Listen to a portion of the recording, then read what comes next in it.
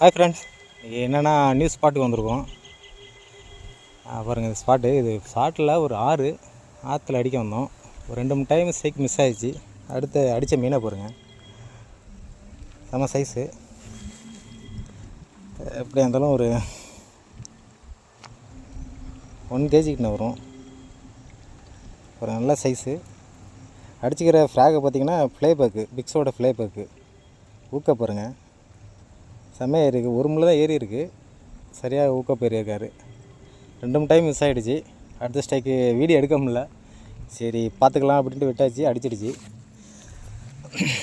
Use பண்ணுற rod பார்த்திங்கன்னா x, ஈபரோட x.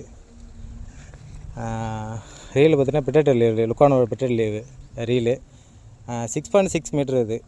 அந்த ராடு வந்து நல்லாயிருக்கு, யூஸ் பண்ணுறது நல்லாயிருக்கு. கையில் வச்சுக்கிறது தெரியல, அவ்வளோ வெயிட்டு அப்படி கிடையாது.